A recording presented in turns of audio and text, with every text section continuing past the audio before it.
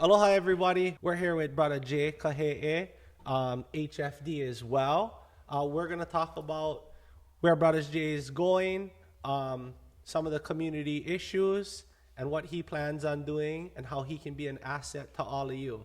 Brother Jay, you want to introduce yourself, tell these lovely people a little bit about you, where you're from, what kind of experience and background you have, and some future plans. Yes, sir. So aloha, guys. Brother Jay, born and raised Panayava, local boy, Hanai, from the start. From the day I was born, I was Hanai by one solid local family. I am Popolo, Kanaka, raised by pure Hawaiians. And, so the values that was instilled in me was that old Hawaii values, right? The ones that was on the wall in our elementary school when we was growing up, right? And so I've identified these values in the example that my papa, my great grandpa, Joseph Kahee, set for me at an early age. And now as I go through life, I'm like, that's what we need to resort back to. That's what we need to go back to, is living life according to those values. I'm married to my wife, Jessica. We have two daughters, Kira, Keahi. We went through the local boy lifestyle. We was living a life everybody else was living locally here, and found ourselves getting nowhere fast. And as soon as we got pregnant with our oldest daughter, Kira, that's when we decided to make some serious changes for our life. And those changes that we made were pivotal to where we are today now. And we're not like this great big success, but I'm looking at the problems that people are facing here in our communities, and there are answers for them. The answers are there. And if we are aware enough of those solutions, then we can apply them to our life. So growing up, went through that process, fixed our life to some extent, and my wife and I both needed to get good jobs, good running cars, a good place to live, to raise our family. We got all of those. My wife just recently graduated RN school, so that's a huge thing for us. I was able to get into the fire department because of the choices I made or didn't make when I was, in that stage of life where where everything could go wrong, right? I didn't drink a lot. I didn't get any DUIs. I didn't get any drug charges. Opposite of most of the path that local people go down. And that was a blessing and a curse at the same time. It took away a lot of time from me. Once I got in, I went straight into becoming a paramedic, and just with all the education and then the actual job of being a paramedic and how needed we are, that took away so much time from my family. But it allowed us to build the foundation that we have, with the money earned and the things that I experienced, picking up our local people at their worst time, at their time of need, when they need somebody to help them, and the only guy that can help them is our crew, right? And so I use those experiences to now apply them in my life, and it offers me a perspective where now I can see these issues in the community. And I spent a lot of time kind of going to the source and trying to figure out what the real problem is. And, as we discussed the other day, money is the root of most of these problems, or lack thereof, or mismanagement of the money that they have. So for me, I started to move towards personal finance and how to get myself and my family pono, and then use that as an example to go out and now help people do the same for their lives. And that's expanded to a bunch of different things that I've learned in the personal finance arena. And now, with some conversations we had, man, we're about to double down on this, right? And really figure out how we can expand that across Hawaii and help local people out there. So that's my passion, is how to help people around the area of finance and just living aloha, right? Living pono. And I hope we can raise a better community. Awesome. So tell us a little bit about some of the values you were raised on, and then tell us about some of the problems you see within our community. Yeah, so the classics, right? Aloha all day, right? Is my shirt. The kokua, the kuleana, the lokahi, the ha'aha'a, ohana is another one. Is all of these values, and I've said this across my social media. All of these values, to me, people try and define them as nouns, and I think that's the mismatch that's happening. These values were actually the lifestyle of our people, right? This was the way that they approach everything in life. It isn't definable by a word or a couple words. It's just in everything we do. Like if we grew up in Hawaii, we know what aloha is. It might not be directly identifiable, and everybody has a different explanation of it, but we know what it is. It's in the way that we treat each other when we see each other. It's in the shaking hands, the honey on the cheek. It's in respect for your elders, right? And this expands to everything that we do, and every other value that, that old Hawaiian culture is included in that lifestyle. Pono being another one. It's just all a part of one big version of aloha living. And a lot of the problems that I see in the community are us going away from that, but also just developing really bad habits by a lot of the influences in our world today that take away so much of the mana that we have, simply because we're focusing somewhere else, or what we're doing doesn't contribute to our wellness and our increased better welfare of our families and the people around us. And it's so easy to get sidetracked and go down the rabbit hole in these things, because there's this way I like to put it is, these things are all ono but not necessarily pono. Right? And you would be surprised once you lift the veil of the whatever's blinding you, what's the true intention of all of these things that we see is teaching us and perpetuating us to do, and how much that's taken away from our health, our families, our money, our time that we spend together. Even the quality of the time that we spend together is being taken away by all of these things that we allow to happen. So you talk about drinking, you talk about alcohol a lot. Tell us a little bit about that. Tell us a little bit about your relationship with that, how you think it's affecting the community, and what role it's playing in families.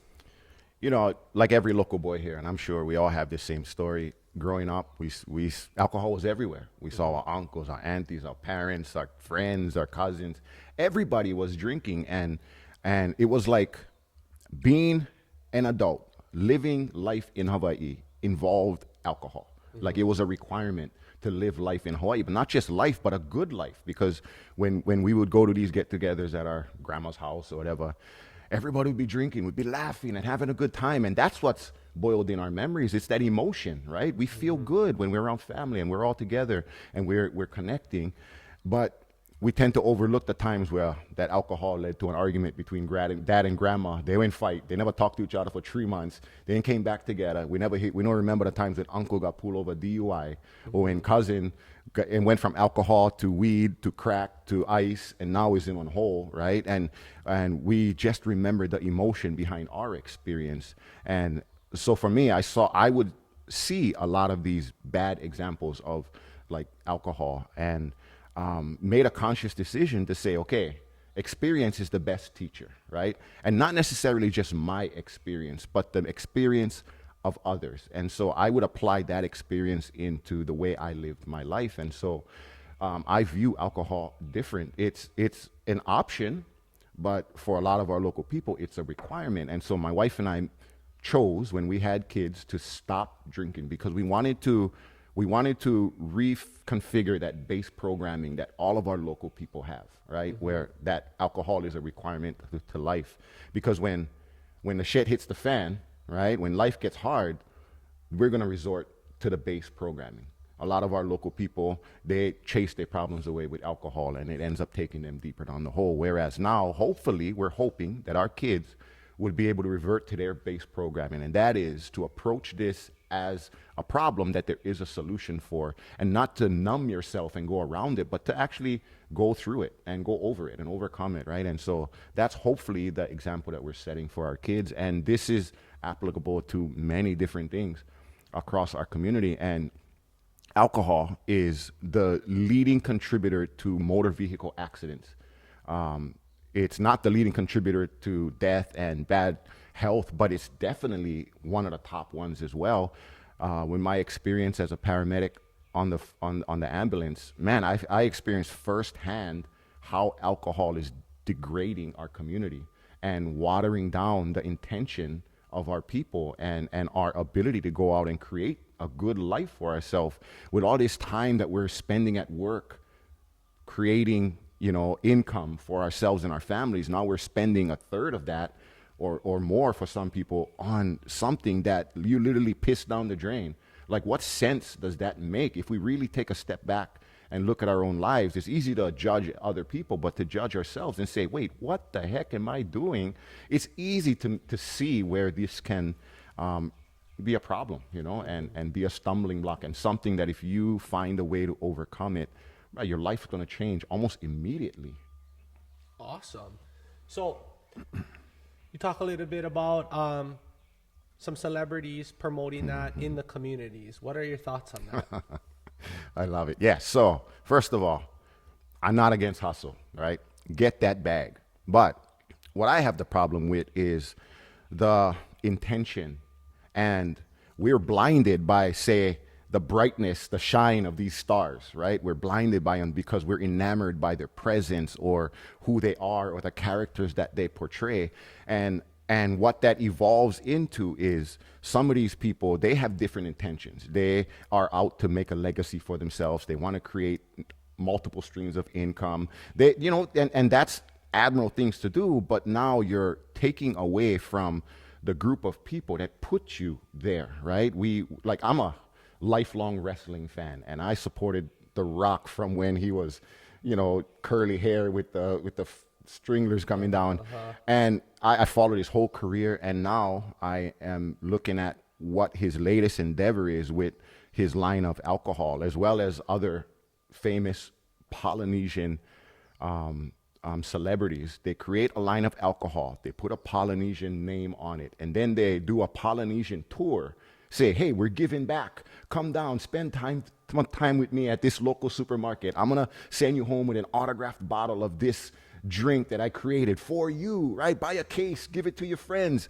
And they're labeling it as this charitable intention. But really, if you peel away what's really happening, it's pure ambition. It's trying to make money. It's capitalism at its finest. And what's happening is, if you really take a look at the alcohol problem in our native population, it is insane. Alcohol is one of the main contributors to almost everything bad that happens to us. And so if these people with this type of money, power, fame, whatever it is, would really want to give back, then they would be able to say, okay, how will I help empower and elevate our people, the people who helped me become who I am? Well, alcohol is actually a problem. Put out the alcohol, great. But now put up a way for people to control their use of alcohol. So maybe some of these people, instead of an obvious emergency showing up like the Maui fires and them coming together, which is great, right? Why not identify the emergencies that already exist and then say, hey, let's put up a rehab facility. Let's put up a detox center. Let's collaborate and establish this ability within the community of these Polynesian peoples, because so many people that I have known have gone through rehab, had to go to Texas, Mexico, out of state in order to get the proper treatment that they needed to overcome, these things like alcohol, these drugs and substances. And, when I think about that, I think these people lost their pono. You know what I mean? Like maybe they started out with the good intention, but along the way, America took over. Right? Or capitalism took over, however you want to label it. And again, I am not a hater. I am not somebody who's trying to attack them. I just am able to peel back the layers that most people get stuck at and see the source of what's happening, right? And the intention behind it. And it's everywhere. It's in our programming. It's in our commercials. It's in our radio broadcasts. It's all over social media. They'll show you a picture of somebody smiling, happy, running on the beach, and then they show you a medicine for diarrhea. What does that make sense? But we are attached to the emotion, right? And we're being sold emotion, not solutions. So how do you think the alcohol problem would compare to the overall general food problem? So so people are out here drinking alcohol and that's deteriorating, impairing their judgment. What about the things that are being presented to us that aren't in that nature? Like all this processed food that we're being fed, all this fast food. So you have the alcohol one problem. What's your viewpoint on the things that aren't impairing our judgment per se? I mean, I'm sure eating these things isn't improving our judgment, but what's your viewpoint on that? Yeah, no, I'm right there. So you look at our our ancestors, our kupuna, right? These were big people, Kanakas, like they could, you see Kamehameha lifted that stone, right? And like these are big people who actually put their hands in the dirt and grew their own food, ate what they grew, right? And what they hunted and what they gathered. And with the influence of convenience and money and now capitalism as opposed to trade, like the ahupua'a system where everybody did their thing and it contributed to the next person.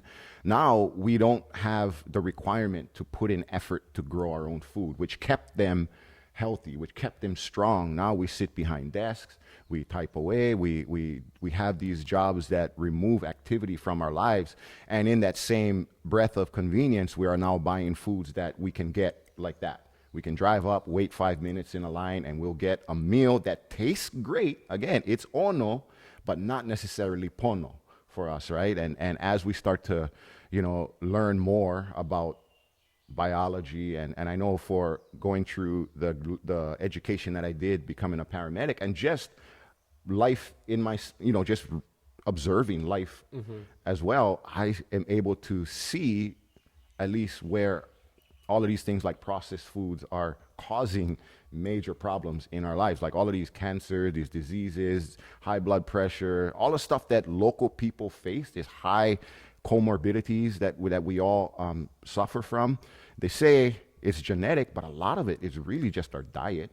And maybe over the course of generations, our bodies have developed an affinity to develop these disease processes. But if we are to control and change our diet, we can change so much of everything that's affecting every generation past, right? Our parents have high blood pressure, cholesterol. That doesn't mean we need to have it. It's a highly likely chance if grandma's food was ono, right? She fed your parents. Your parents get the same stuff grandma get. Your parents learned to cook grandma's food. They fed it to you. Well, now you going to develop the same kind of stuff as your parents and your grandparents unless we break that chain, right? So these generational curses are just choices that we failed to make, right? We choose to follow this curse, and that's the same with finances, with drugs, with just the local boy lifestyle that we live. So yeah, processed foods and this convenience-based eating and going away from whole foods or foods that come from the ground or from animals that eat stuff from the ground, I think is really taking away more than it's giving us. So from like a medical professional background, a paramedic background, I know that's not necessarily a nutritionist background. Would you say like a double cheeseburger, French fries, and a Coke is worse for you, or a few beers? If it was like, okay, every day you drank 2 beers, or every day you ate this meal from McDonald's, what do you think would impact your health in a negative way? I would say the McDonald's. I mean, and I get you, like you said, I'm no nutritionist, but there are reports, there are studies out there that show maybe a little bit of alcohol every day is good. If not essentially for your health, but maybe for your mental health. It'll help you relax a little bit, suppress some of those hormones that cause stress, like cortisol. But one thing that I do have explicit experiences is in the back of the ambulance. I'm dealing with this patient who is really sick, and I'm asking them, "Oh, what are you doing? What's your lifestyle like? What are you eating? When is the last time you drinking?" And they're telling me all of these things that they're doing, and I'm thinking to myself, I do the same thing as you, right? So if I follow this pattern, guess what's going to happen? Going to be me in that seat right there with the same exact problem. So if I'm not learning from this example that's being put in front of me, then it's my fault, right? My fault that I'm going to end up here. And unfortunately, a lot of our people don't experience the same thing we experience. So a lot of what I do with social media is I try to put out that experience. So hopefully people can understand these things and maybe make a change in their life. Awesome. So through your job, kind of, it sounds like you've seen all these things, and through growing up as well, and you've really taken this service-based approach to try to better your community. So through being a paramedic, a firefighter, your social media, and then you've also created a life insurance business, right? Where you help people set up life insurance, set up their trusts, and all that stuff. So tell us a little bit about wealth preservation, how to preserve your wealth, what a whole life insurance policy can do for you, and what having a plan actually means. Yeah, so I like acronyms. I created an acronym for the word plan. It's to prepare for life ahead now. The problem is we're all very short sighted. We look at things right now, we want it right now, and if it's not right now the way we want it, then we're not going to go for it. We're not going to try and even approach it and solve this problem. You know, a lot of the problems that our people vocalize, like priced out of paradise, keep Hawaiian lands in Hawaiian hands, there are solutions for them, even generational wealth. There are economically sound ways to create generational wealth that don't involve you creating this business and being uber successful in order to do, right? And if we understand the things that are in place, we can put these pieces together. So what I like to say is learn the system, to use the system, to rise above the system. So for how I got into life insurance and trust and estate planning basically started from when when we was pregnant with our first kid. We made a lot of choices then. We said, again, we need to get our money in order. And so we got a program, a mentor who walked us through it, learned basic financial education. And as we were going along, we were understanding, okay, well, how do we keep this house in the hands of our heirs, of our kids? And if we don't set things up right, the government has the ability to take it away unless you know what to do. We just assume that it'll just, our home will just go to our kids, but that's not the case. It'll go through probate first, which now creditors and debt collectors and government have the opportunity to now take that away from you unless you remove it from their grasp. And a trust does that for you. So as I look at these problems, right, that we say keep Hawaiian land in Hawaiian hands, that's how we do it. Now with you help put lands in Hawaiian hands, and I love that. Well, now the second part is, as soon as you have a home, you need a trust, because any real estate in Hawaii will go through probate if it's not put in a trust. Even if you have a will basically guarantees probate, right? But the trust just removes that entire process from what's going to happen to your land. With all the people that I would pick up, a lot of times we go to a bad case, somebody who's DOA. We go back there to the family maybe a month or two later because they're calling because they get an altercation or domestics. And the problem is, uncle was the sole breadwinner of the family. He passed away, and now the family is in turmoil because now they don't have any money. They were renting, and they're going to have to live on the street. They don't know what their future holds. But something as simple as a life insurance policy would have provided that family with money to at least keep their life on track until they can get their feet under them, right? And so the value of something that is long-term is not seen. And, whole life insurance is one of it, but there is all different types of insurance, and I do all of them. And depending on what you're trying to achieve and the problems that you're facing and what you want to solve, we would use a different type of life insurance in conjunction with a trust. That's the 1-2 punch, right?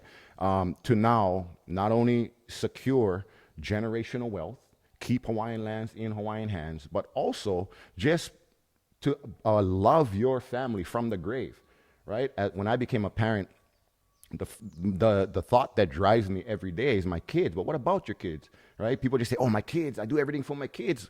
Well, you lift your Toyota for your kids? You know what I mean? You drinking all those beers for your kids? No ways, bro. Well, tell me what part of unlifted Tacoma is aloha, is pono, right? Hey, do you, but understand, if you're saying you're doing everything for your kids, then let's do that. Let's start understanding what's taken away from our ability to provide for our kids. So then, trust, life insurance, that's a little down the line. But if you were to take a step back, we got to know what's happening with our money, ins and outs, every single day. The money that we're making, a lot of people make enough money to survive in Hawaii. But it's just the choices that we're making and what we're spending it on now removes that income from our bank accounts. And now when it's time to pay some bills or the car breaks down, instead of drinking those beers, we could have used that to replace the alternator or to, the flat tire. But we don't have that resources because they're being spent somewhere else. There's other problems that we face, like, we all want to raise our kids the way we was raised, right?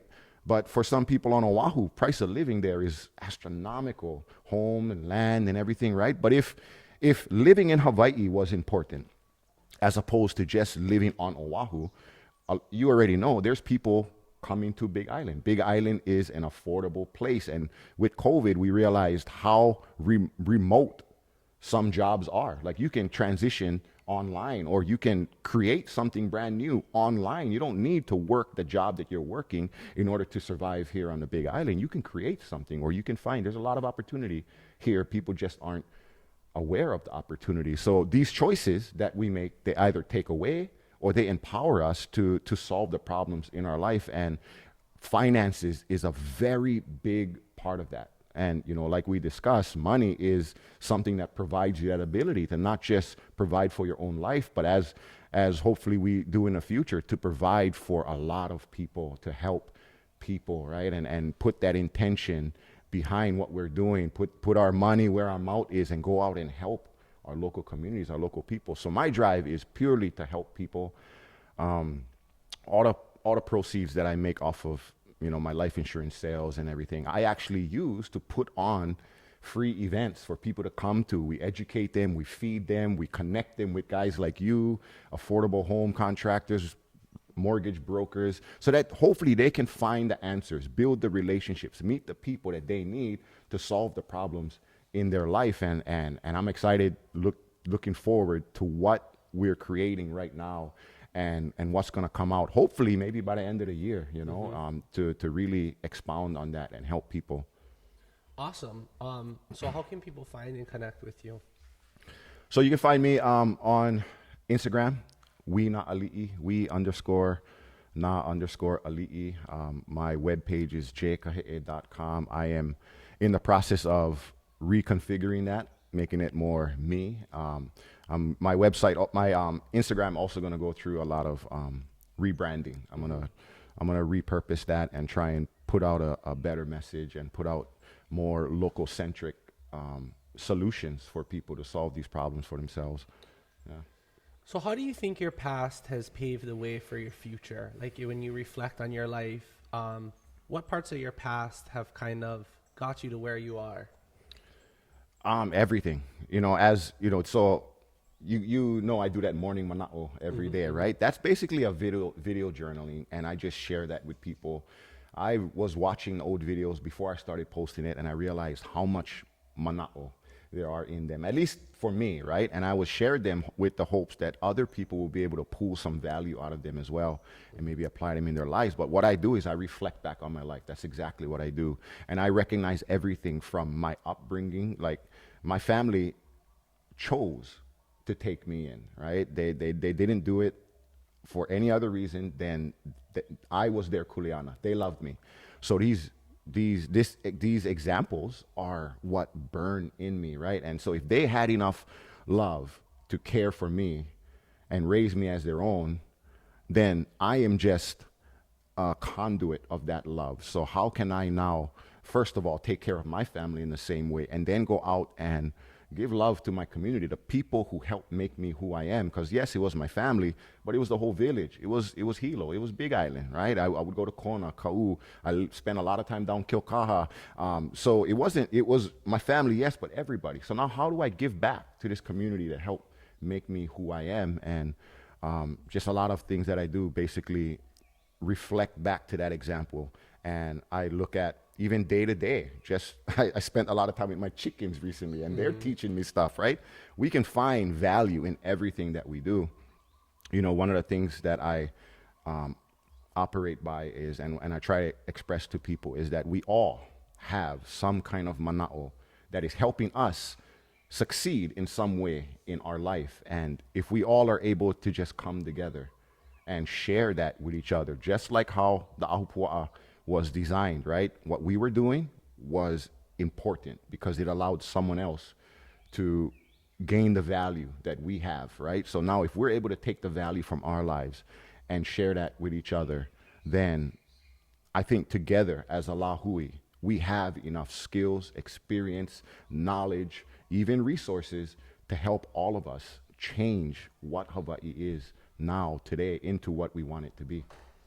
Awesome. So how did you get started in the fire department? What inspired that? And what is your current position there? The fire department is one of those jobs, right? It's what you work at the pier as a stevedore or whatever that title is. You get into the fire department or you get into county, right? That was one of the things. For me, I was in construction prior to getting to the fire department, and it was always a progression of what's something I can do better. And getting good jobs was one of those things my wife and I we put forth for something that we were headed for. So I worked a bunch of different jobs, and then I realized that, hey, everything I want I can find in the fire department. I wanted to do something in the medical field, and I found that here on the Big Island we are both fire and EMS. And so now when I become a firefighter, I would get to live that dream that I had of being involved in the medical field, and which is why I went directly into being a paramedic as soon as I got in, right? But so it was basically just a progression of trying to do better, trying to reach for that next thing. And now that I'm here, I'm still reaching. I'm still doing things, right? When I'm at the station and I'm waiting for calls, I still have the desire to help people. And so I educate myself, I watch videos, I take classes that, Chief Springer and Captain Roback are putting on our new training department. I think they're great, man, with what they're doing for our department.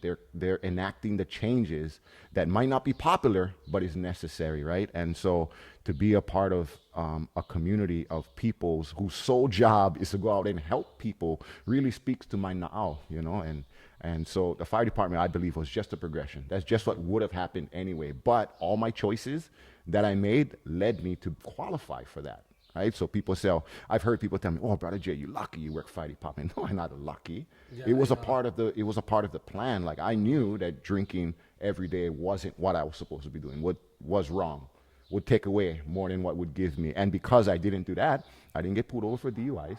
I didn't get pulled over. I didn't start going down the path of other drugs or everything, right? And I mentioned how experience is the greatest teacher, right? The greatest teacher in my life is my older brother. I owe him so much, right? This guy failed at everything.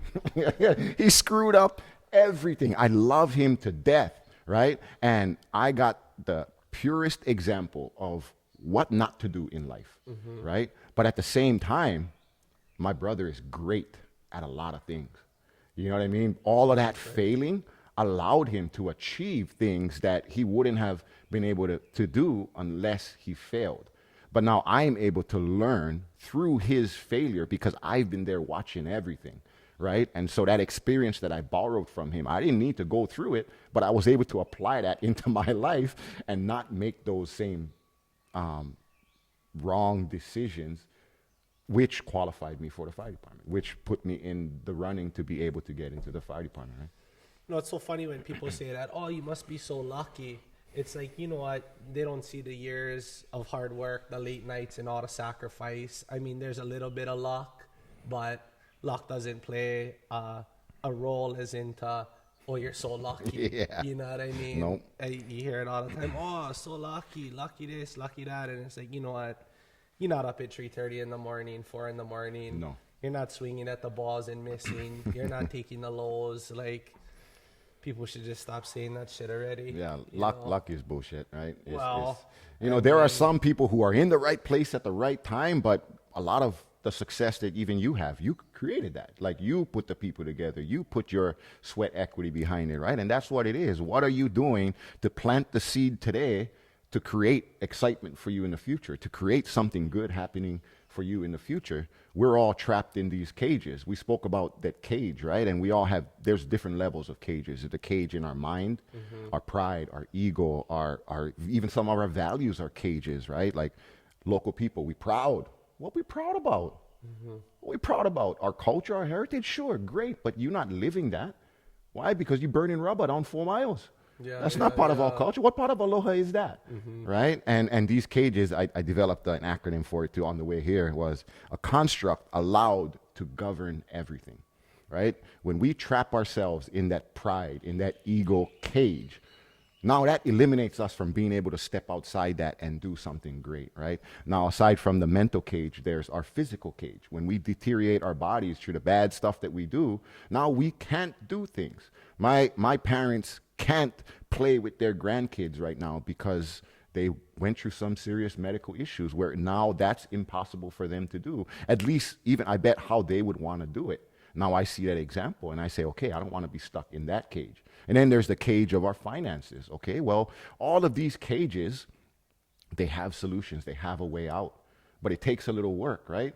If you over there banging on the cage like most people are, they're making noise, standing in town hall meetings, standing with signs up on a mountain, making noise, but as soon as the handcuffs come, they dig out, right? What are we doing? Like, are we learning this cage, this construct that is around us? Are we seeing that puka in a corner that we can stick our hand in and pull the sides apart? Are we learning how to pick this lock, or even know that it's not even a lock? We just got to push the door, right? But because we just rather complain instead of create solutions for our lives, we always stuck in these cages. And on every level, there's a cage. So we get out of one cage to get trapped by another, if you call it a trap. And unfortunately, we get comfortable in the cage that we're in. Right, we make kali'i on the bottom of the cage, and we sleep, lie down, and just complain and bitch and moan. But we get comfortable in that cage. So now, how do we break out of these cages that sometimes we set for ourselves?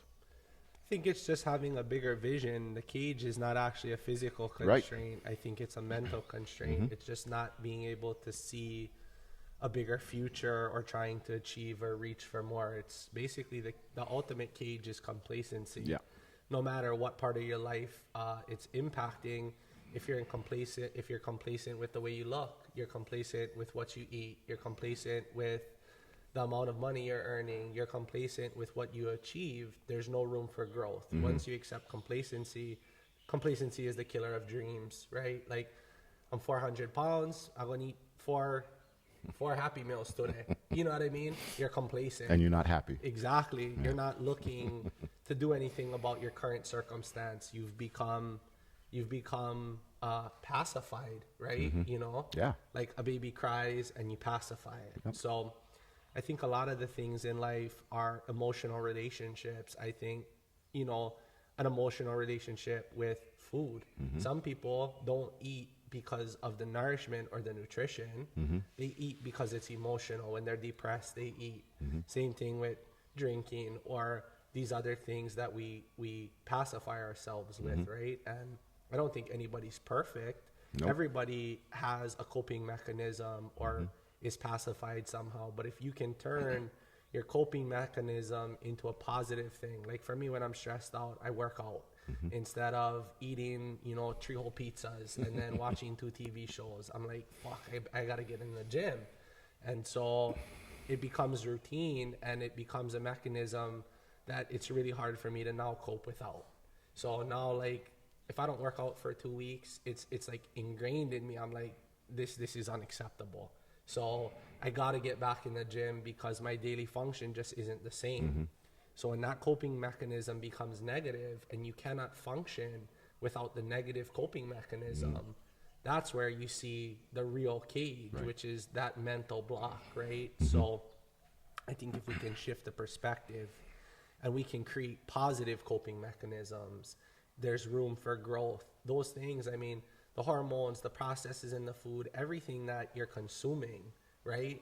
Whether it's what you're watching visually or you're listening to or you're eating, all of that, it's filtered. The news is filtered. The food is processed.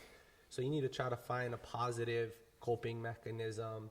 And at least that way, when you need to cope, you're growing while coping, Absolutely. So I think that's a big part of it. And you're only limited by what you believe you're limited to. There's no limitation greater than yourself. We get in our own way, and that's getting in your way right there. Oh, Jay, you so lucky. That's me getting in my own way. Yep. I'm not attributing what you've achieved to your hard work. I'm attributing what you've achieved to you being lucky. And what does that tell me in my mind? That, oh, Jay got lucky. Right. Not, oh, I go work hard like Jay and I can achieve what Jay's done. Right?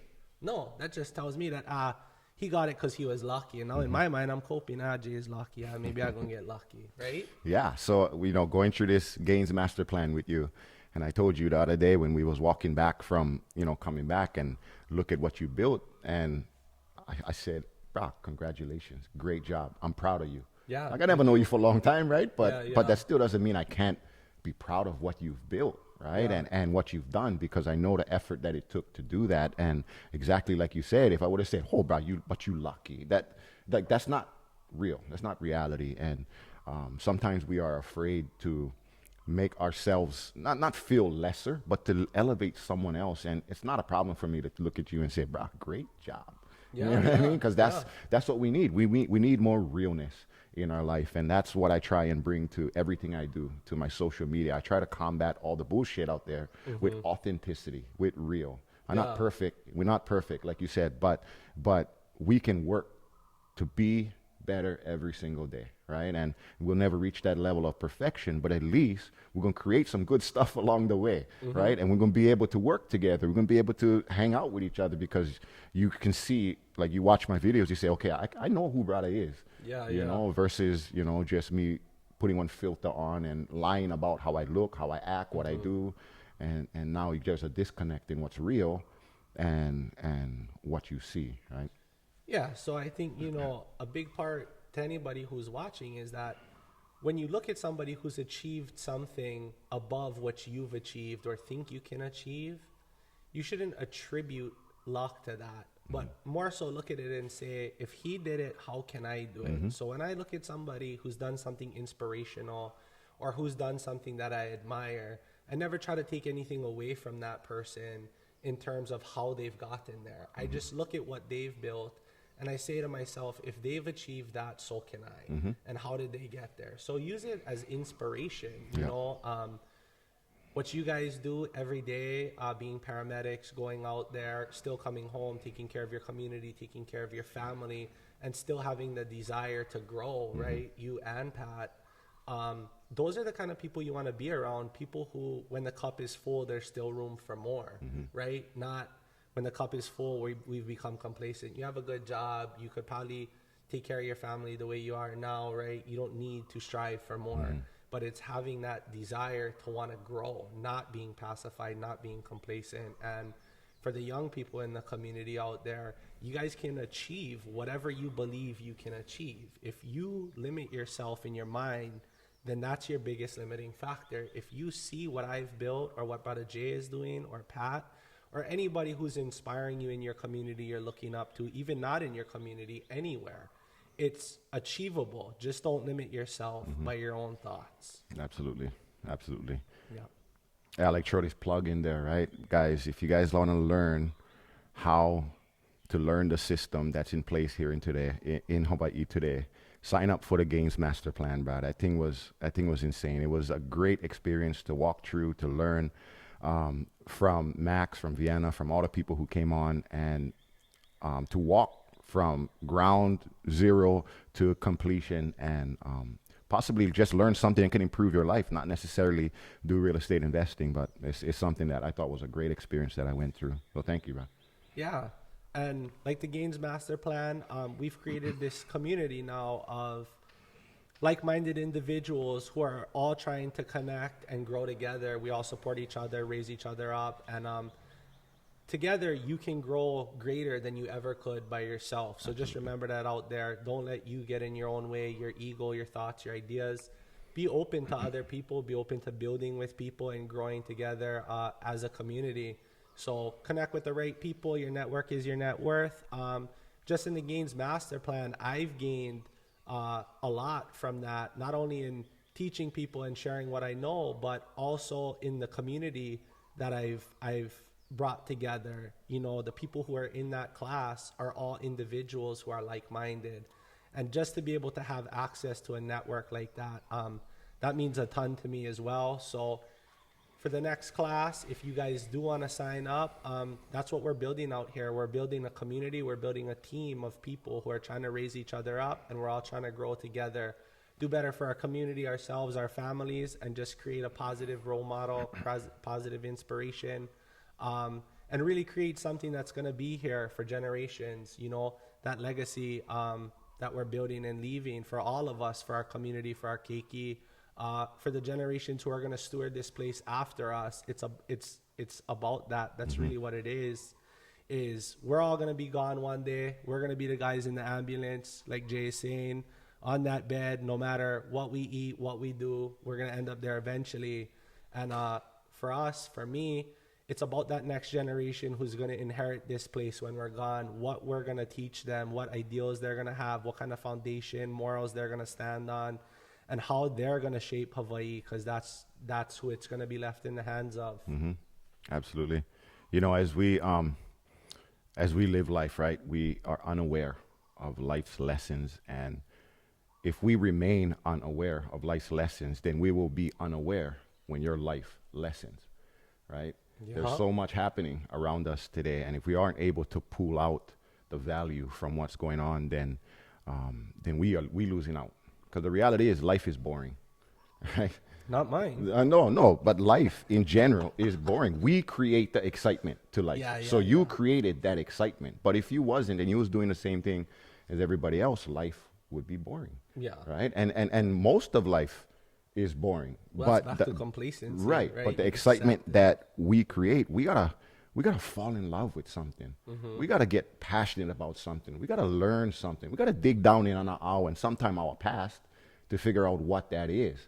Right? And if we're not connecting to our true self, to our kupuna, you know, if we here in Hawaii, that connection to our ancestors should be strong, to our aina should be strong, because that's a part of living aloha. And if we're not doing that, then we're missing the ball, man.